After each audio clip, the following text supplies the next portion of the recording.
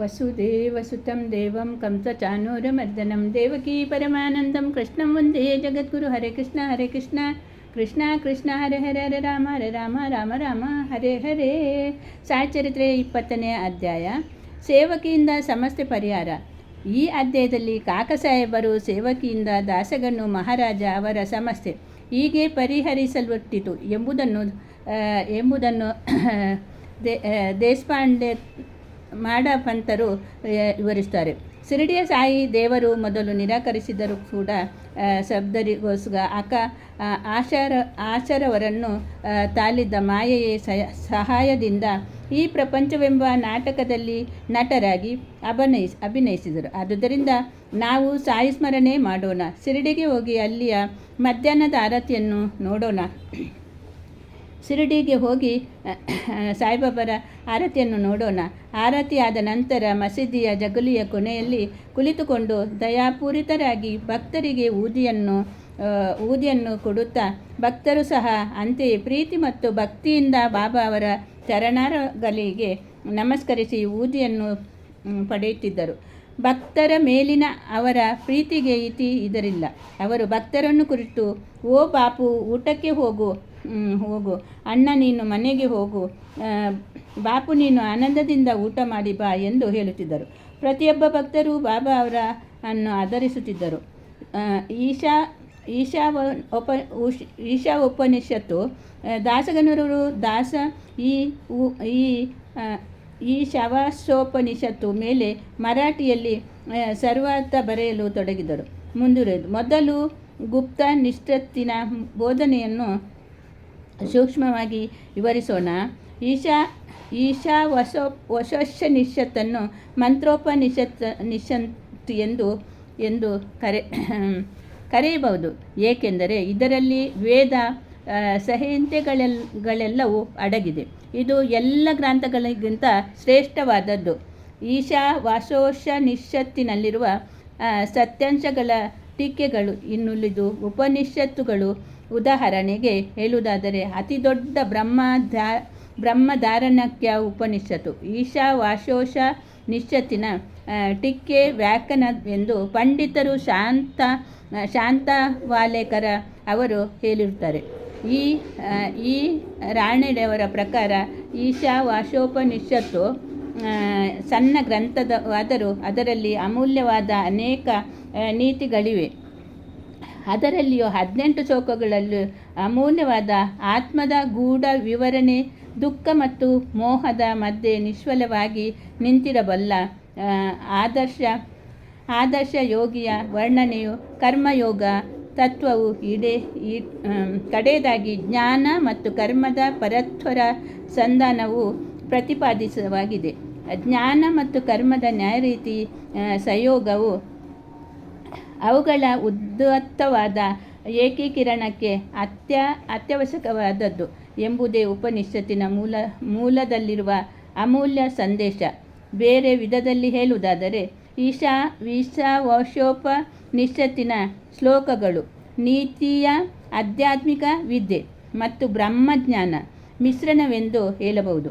ಈ ಒಂದು ಸಂಕ್ಷಿಪ್ತ ಪರಿಚಯದಿಂದಲೇ ಉಪನಿಷತ್ತನ್ನು ದೇಶಿ ಭಾಷೆಗೆ ಭಾಷಾಂತರ ಮಾಡುವುದು ಎಷ್ಟು ಕಷ್ಟವೆಂಬುದನ್ನು ನಾವು ಊಹಿಸಬಹುದು. ದಾಸಗನು ಅವರು ಪ್ರತಿಯೊಂದು ಶ್ಲೋಕವನ್ನು ಮರಾಠಿಗೆ ಭಾಷಾಂತರ ಮಾಡಿದ್ದರು. ಆದರೂ ಅವರಿಗೆ ತೃಪ್ತಿಯಾಗಲಿಲ್ಲ. ಈ ರೀತಿಯ ಆತ್ಮತೃಪ್ತಿಯಿಂದ ತಮ್ಮ ಅನುಮಾನಗಳನ್ನು ಹೋಗಲಾಡಿಸಿಕೊಳ್ಳಲು ಅನೇಕರನ್ನು ವಿಚಾರಿಸಿದರು. ಯಾರಿಂದಲೂ ಅವರ ಅನುಮಾನಗಳ ಪರಿಹಾರವಾಗದೆ ತಾವು ಹಾಗೆಯೇ ಉಳಿದುಕೊಂಡು ಅವರನ್ನು ಮತ್ತಷ್ಟು ಅತೃಪ್ತರನ್ನಾಗಿ ಮಾಡಿತು.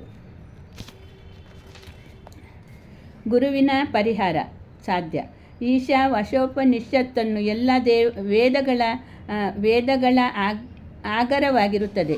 ಆತ್ಮಜ್ಞಾನ, ವಿಜ್ಞಾನ, ಜನನ ಮರಣಗಳೆಂಬ ಬಂಧನದಿಂದ ನಮ್ಮನ್ನು ಮುಕ್ತರನ್ನಾಗಿ ಮಾಡುವ ಆಯುಧ. ಆದುದರಿಂದ ಯಾರು ಆತ್ಮಜ್ಞಾನವನ್ನು ಪಡೆದಿರುವರೋ ಅವರೇ ಸರಿಯಾದ ಅರ್ಥವನ್ನು ನೀಡಬಲ್ಲರು ಎಂದು ದಾಸಗನು ಯೋಚಿಸಿದರು. ಯಾರಿಂದಲೂ ಪರಿಹಾರವಾಗದಂಥ ಅನುಮಾನಗಳನ್ನು ಶ್ರೀ ಸಾಯಿಬಾಬಾ ಅವರಿಂದ ಪರಿಹರಿಸಿಕೊಳ್ಳಬಹುದೆಂದು ಶಿರಡಿಗೆ ಬಂದು ಈಶಾವಾಸ್ಯೋಪನಿಷತ್ತಿನ ಭಾಷಾಂತರದಲ್ಲಿ ತಮಗೆ ಬಂದಿರುವ ಅನುಮಾನವನ್ನು ಸೂಕ್ಷ್ಮ ವಿವರಣೆಯಿಂದ ಪರಿಹರಿಸಬೇಕೆಂದು ಬಾಬಾ ಅವರಲ್ಲಿ ಬೇಡಿದರು. ಆಗ ಬಾಬಾ ಅವರನ್ನು ಆಶೀರ್ವದಿಸಿ, ಚಿಂತಿಸಬೇಡ, ಅದರಲ್ಲೇನಿದೆ, ವಿರ್ಲೆಪಾಲ್ಯದಲ್ಲಿರುವ ಮುಂಬೈ ಬಡಾವಣೆ ಕಾಕಾ ಅವರ ಮನೆ ಕೆಲಸದವರಿಂದ ಈ ಅನುಮಾನ ಪರಿಹಾರವಾಗುತ್ತದೆ, ಹೋಗು ಎಂದರು. ಆಗ ಅಲ್ಲಿದ್ದವರೆಲ್ಲರೂ ಬಾಬಾ ಆಶೆ ಮಾಡುತ್ತಿದ್ದಿರಬಹುದು, ನಿರಕ್ಷರವಲಾದ ಸೇವಕಿಯಿಂದ ಹೇಗೆ ಸಂಶಯ ಪರಿಹಾರವಾದೀತು ಎಂದು ಅನುಮಾನ ಪಟ್ಟರು. ಆದರೆ ದಾಸಗನು ಬಾಬಾ ಅವರು ನುಡಿದುದನ್ನು ನಿಜವಾಗಲೇಬೇಕು ಎಂದುಕೊಂಡು ಶಿರಡಿಯಿಂದ ಹೊರಟರು. ಅವರ ಸೇವಕಿ. ನಂತರ ದಾಸಗನು ಬಾಬರವರ ಮಾತಿನಲ್ಲಿ ನಂಬಿಕೆ ಇಟ್ಟು ಶಿರಡಿಯಿಂದ ವಿರ್ಲಪಲ್ಲೆಯಲ್ಲಿದ್ದ ಕಾಕಾಸಾಹೇಬ ದೀಕ್ಷಿತರ ಮನೆಗೆ ಬಂದು ತಂಗಿದರು. ಮಾರನೇ ದಿನ ದಾಸಗನರವರು ಮಲಗಿದಾಗ ನಸುಕಿನಲ್ಲಿ ಅವರು ಪೂಜೆ ಮಾಡುತ್ತಿದ್ದಾಗ ಕೆಲವರು ಹೇಳಿದ್ದಾರೆ. ಒಬ್ಬ ಹುಡುಗಿ ಇಂಪಾಗಿ ಹಾಡುತ್ತಿದ್ದಳು ಕೇಳಿದರು. ಕೆಂಪು ಬಣ್ಣದ ಸೀರೆ ಎಷ್ಟು ಚೆನ್ನಾಗಿದೆ, ಜರಿ ಎಷ್ಟು ಹೊಳೆಯುತ್ತಿದೆ ಎಂಬುದೇ ಆ ಹಾಡಿನ ಭಾವಾರ್ಥ. ಆ ಹಾಡನ್ನೇ ಕೇಳಿ ಅವರು ಸಂತೋಷದಿಂದ ಹೊರಗೆ ಬಂದು ನೋಡಲು ಸೇವಕಿ ಸಾಮಾನ್ಯ ತಂಗಿ ಹಾಡುತ್ತಿರುವುದನ್ನು ಕಂಡು ಕಾಕ ಅವರ ಮನ ಕೆಲಸದವಳಾದ ಆ ಹುಡುಗಿ ಹರಿದ ಸೀರೆಯನ್ನುಟ್ಟುಕೊಂಡು ಪಾತ್ರೆ ತೊಳೆಯುತ್ತಾ ಹಾಡುತ್ತಿದ್ದಳು. ಅವಳ ಬಡತನ ಮತ್ತು ಆನಂದವನ್ನು ನೋಡಿದ ದಾಸಗನು ಮರುದಿನ ರಾವ್ ಬಹದ್ದೂರರಿಗೆ ಅವರು ತಮಗಾಗಿ ತಂದಿದ್ದ 2 ಧೋತರಗಳನ್ನು ನೋಡಿ ಆ ಹುಡುಗಿಗೂ ಒಂದು ಸೀರೆ ತಂದು ಕೊಡುವಂತೆ ಹೇಳಿದರು. ಅದರಂತೆ ಅವರು ಆ ಹುಡುಗಿಗೆ ಒಂದು ಸೀರೆ ತಂದು ಕೊಟ್ಟರು. ಅಂದು ಅವಳ ಆನಂದಕ್ಕೆ ಪರವೇರಲಿಲ್ಲ. ಮಾರನೇ ದಿನ ಹುಡುಗಿ ಹೊಸ ಸೀರೆಯನ್ನುಟ್ಟುಕೊಂಡು ಎಲ್ಲ ಹುಡುಗಿಯರ ಜೊತೆಯಲ್ಲಿ ಆಟವಾಡುತ್ತಾ ನಲಿಯುತ್ತಿದ್ದಳು. ಮರುದಿನ ಮತ್ತೆ ಆ ಹರಿದ ಸೀರೆಯನ್ನುಟ್ಟುಕೊಂಡೇ ಕೆಲಸಕ್ಕೆ ಬಂದಳು. ಅಂದು ಸಹ ಅಷ್ಟೇ ಆನಂದದಿಂದಿದ್ದಳು. ಆಗ ದಾಸಗನರವರು ದಯೆ ಹೊಗಳಿಕೆ ಮಾರ್ಪಟ್ಟಾಯಿತು. ಆ ಬಡ ಹುಡುಗಿಯು ಹರಿದ ಸೀರೆಯನ್ನೇ ಉಟ್ಟುಕೊಳ್ಳಬೇಕಿತ್ತು. ಅವಳಿಗೂ ಹೊಸ ಸೀರೆ ದೊರೆತರೂ ಸಹ ಅದನ್ನು ಪೆಟ್ಟಿಗೆಯಲ್ಲಿ ಇಟ್ಟು ಹರಿದ ಸೀರೆಯನ್ನೇ ಉಟ್ಟುಕೊಂಡು ಬಂದಳಲ್ಲವೇ. ಆದರೂ ಅವಳಲ್ಲಿ ತೀಲ ಮಾತ್ರವೂ ದುಃಖವಿರಲಿಲ್ಲ ಎಂದು ಯೋಚಿಸಿ, ನಮ್ಮ ಸುಖ ದುಃಖಗಳು ನಮ್ಮ ಮನಸ್ಸನ್ನು ಅವಲಂಬಿಸಿರುತ್ತದೆ ಎಂಬುದು ದಾಸಗನು ಮನಗಂಡರು. ಈ ಘಟನೆಯನ್ನು ಕೂಲಂಕಷವಾಗಿ ವಿಚಾರಿಸಿ ದೇವರು ಕೊಟ್ಟಿದ್ದುದರಲ್ಲಿ ತೃಪ್ತಿ ಪಡೆಯಬೇಕು. ಅವನು ನಮ್ಮನ್ನು ಯಾವಾಗಲೂ ರಕ್ಷಿಸ್ತಾನೆ. ಅವನಿಂದ ದೊರೆಯುವುದೆಲ್ಲವೂ ನಮಗೆ ಒಳ್ಳೆಯದಾಗುತ್ತದೆ, ಪರಿಣಮಿಸುತ್ತದೆ ಎಂಬುದನ್ನು ಸಹ ದಾಸಗನು ಅರಿತರು. ಆದಿತ್ಯ ಬೋಧನೆ. ಈ ಮೇಲ್ಕಂಡ ಘಟನೆಯಿಂದ ಬಾಬರವರ ಅದ್ವಿತೀಯ ರೀತಿ ವ್ಯಕ್ತವಾಗುತ್ತದೆ. ಅವರು ಶಿರಡಿಯಲ್ಲಿ ಬಿಟ್ಟು ಕದಲದೇ ಇದ್ದರು. ಕೆಲವರನ್ನು ಮಚ್ಚೇಂದ್ರಗಢಕ್ಕೂ ಕೆಲವರನ್ನು ಕೋಲ್ಹಾಪುರಕ್ಕೂ ಸಾಧನೆಯ ಸಲುವಾಗಿ ಕಳುಹಿಸಿದ್ದರು. ಕೆಲವರಿಗೆ ಪ್ರತ್ಯಕ್ಷ ರೂಪದಲ್ಲಿಯೂ, ಕೆಲವರಿಗೆ ಜಾಗೃತ ಅವಸ್ಥೆಯಲ್ಲಿಯೂ, ಕೆಲವರಿಗೆ ಕನಸಿನಲ್ಲಿಯೂ ಕಾಣಿಸಿಕೊಂಡು ಅವರು ಆಸೆಗಳನ್ನೆಲ್ಲ ನೀಡುತ್ತಿದ್ದರು. ಮೇಲೆ ಹೇಳಿದಂತೆ ದಾಸಗನು ಅವರನ್ನು ಅನುಮಾನ ಪರಿಹಾರಕ್ಕೋಸ್ಕರ ವಿರ್ಲಪಲ್ಲೆಯಲ್ಲಿದ್ದ ಕಾಕರವರ ಮನೆ ಕೆಲಸದವರ ಬಳಿಗೆ ಕಳಿಸಿದರು. ಅವರನ್ನು ಅಲ್ಲಿಗೆ ಕಳಿಸುವ ಅವಶ್ಯಕತೆ ಇರಲಿಲ್ಲ. ಬಾಬರವರೇ ನೇರವಾಗಿ ಅನುಮಾನ ಪರಿಹರಿಸಬಹುದಾಗಿತ್ತು. ಕೇಳುವ ಕೆಲವರಿಗೆ ಬಾಬಾ ಅವರ ರೀತಿ ನೀತಿಗಳು ಅರ್ಥಕರ್ತವಾದಗಳು, ಇಲ್ಲದಿದ್ದರೆ ಕೂಲಿ ಕೆಲಸ ಮಾಡುವವಳು ಮತ್ತು ಅವಳ ಸೀರೆ ಇವುಗಳಲ್ಲಿಯೂ ಪರಮಾತ್ಮನು ವ್ಯಾಪಿಸಿದ್ದಾನೆ ಎಂದು ಉದಾತ್ತವಾದ ನೀತಿಯನ್ನು ದಾಸಗನು ಅವರು ಹೇಗೆ ಕಲಿಯುತ್ತಿದ್ದರು ಎಂದು ನಾವು ಹೇಳಬಯಸುತ್ತೇವೆ. ಈಗ ಉಪನಿಷತ್ತಿನ ಇನ್ನೊಂದು ಉದಾಹರಣೆ. ಈ ಅಧ್ಯಾಯ ಮುಗಿಸೋಣ. ನೀತಿ ತತ್ವಗಳ ಬೋಧನೆ. ಈಶಾವಾಸ್ಯೋಪನಿಷತ್ತಿನ ಮುಖ್ಯ ಭಾವ ಅದರಲ್ಲಿರುವ ಆಧ್ಯಾತ್ಮಿಕ ಜ್ಞಾನ. ಆದ್ದರಿಂದ ಈ ನೀತಿ ತತ್ವಗಳು ಹುಟ್ಟಿಕೊಂಡಿವೆ. ಉಪನಿಷತ್ತಿನ ಮೊದಲು ವಾಕ್ಯದಲ್ಲಿಯೇ ಪರಮಾತ್ಮನು ಸರ್ವವ್ಯಾಪ್ತಿ ಎಂದು ಹೇಳಲಾಗಿದೆ. ದೇವರು ಸರ್ವವ್ಯಾಪ್ತಿ. ಅವನು ದಯಪಾಲಿಸುವುದೆಲ್ಲವೂ ನಮಗೆ ಒಳ್ಳೆಯದೇ. ಅವನು ಕೊಟ್ಟಿರುವುದರಲ್ಲಿ ತೃಪ್ತಿ ಪಡೆಯಬೇಕು. ತ್ರವಿ ಪಡೆಯಬೇಕು ಎಂಬ ನೀತಿ ತತ್ವ ಅಡಗಿದೆ. ಈ ಉಪನಿಷತ್ತಿನಲ್ಲಿ ಶಾಸ್ತ್ರಗಳಲ್ಲಿ ಹೇಳಿರುವಂತೆ ಮಾನವರು ತನ್ನ ಕರ್ಮವನ್ನು ತಾನು ಮಾಡಬೇಕು, ಭ್ರಷ್ಟನಾಗಬಾರದು ಎಂಬುದು ನೀತಿ. ಸೋಮರಿತನವು ಉಪನಿಷತ್ತಿನ ಪ್ರಕಾರ ಆತ್ಮವನ್ನು ಕೊರೆಯುವ ರೋಗ.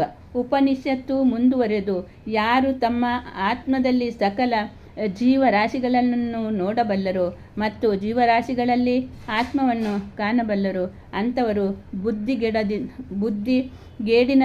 ಗೇಡಿತನದಿಂದ ನರಲಾದೀತೆ ಎಂದು ಕೇಳಿದೆ. ಯಾವಾಗ ನಾವು ಸಕಲ ಜೀವರಾಶಿಗಳಲ್ಲಿ ಆತ್ಮವನ್ನು ನೋಡಲಾರೆವೋ ಆಗ ಅಜ್ಞಾನ, ದುಃಖ ಮತ್ತು ಅಸ್ವಸ್ಥತೆ ಉಂಟಾಗುತ್ತದೆ. ಸಕಲ ಜೀವರಾಶಿಗಳಲ್ಲೂ ಒಂದೇ ಎಂಬ ಅಂತರ್ಮುಖಿ ದೃಷ್ಟಿಯುಳ್ಳವನಿಗೆ ಪ್ರಾಪಂಚಿಕ ದುಃಖಗಳೇ ಏನು ಮಾಡಲಾರವು. ಶ್ರೀ ಸಾಯಿ ಪ್ರಣಾಮ. ಶಾಂತಾಕಾರಂ ಭುಜಗಶಯನಂ ಪದ್ಮನಾಭಂ ಸುರೇಶಂ ವಿಶ್ವಾಧಾರಂ ಗಗನಸದೃಶಂ ಮೇಘವರ್ಣಂ ಶುಭಾಂಗಂ ಲಕ್ಷ್ಮೀಕಾಂತ ಕಮಲನಯನ ಯೋಗಿಭಿರ್ಧ್ಯಾನಗಮ್ಯಂ ವಂದೇ ವಿಷ್ಣು ಭವಭಯಹರಂ ಸರ್ವಲೋಕೈಕನಾಥಂ ಕರ್ಪೂರಗೌರಂ ಕರುಣಾವತಾರಂ ಸಂಸಾರಸಾರಂ ಭುಜಗೇಂದ್ರಹಾರಂ ಸದಾ ವಸಂತಂ ಹೃದಯಾರವಿಂದೇ ಭವಂ ಭವಾನಿ ಸರಿತಂ ನಮಾಮಿ. ಮಂಗಳಂ ಭಗವಾನ್ ವಿಷ್ಣು ಮಂಗಳಂ ಗರುಡಧ್ವಜ ಮಂಗಳಂ ಪುಂಡಲಿಕಾಕ್ಷ ಮಂಗಳಾಯೇ ತನುಹರಿ ಸರ್ವಮಂಗಲ ಮಾಂಗಲ್ಯೆ ಶಿವೆ ಸರ್ವಾರ್ಥಸಾಧಿಕೆ ಶರಣ್ಯೆ ತ್ರ್ಯಂಬಕೆ ಗೌರಿ ನಾರಾಯಣಿ ನಮೋಸ್ತುತೆ. ಗುರುಬ್ರಹ್ಮ ಗುರುವಿಷ್ಣು ಗುರುದೇವೋ ಮಹೇಶ್ವರ ಗುರು ಸಾಕ್ಷಾತ್ ಪರಬ್ರಹ್ಮ ತಸ್ಮೈ ಶ್ರೀ ಗುರುವೇ ನಮಃ.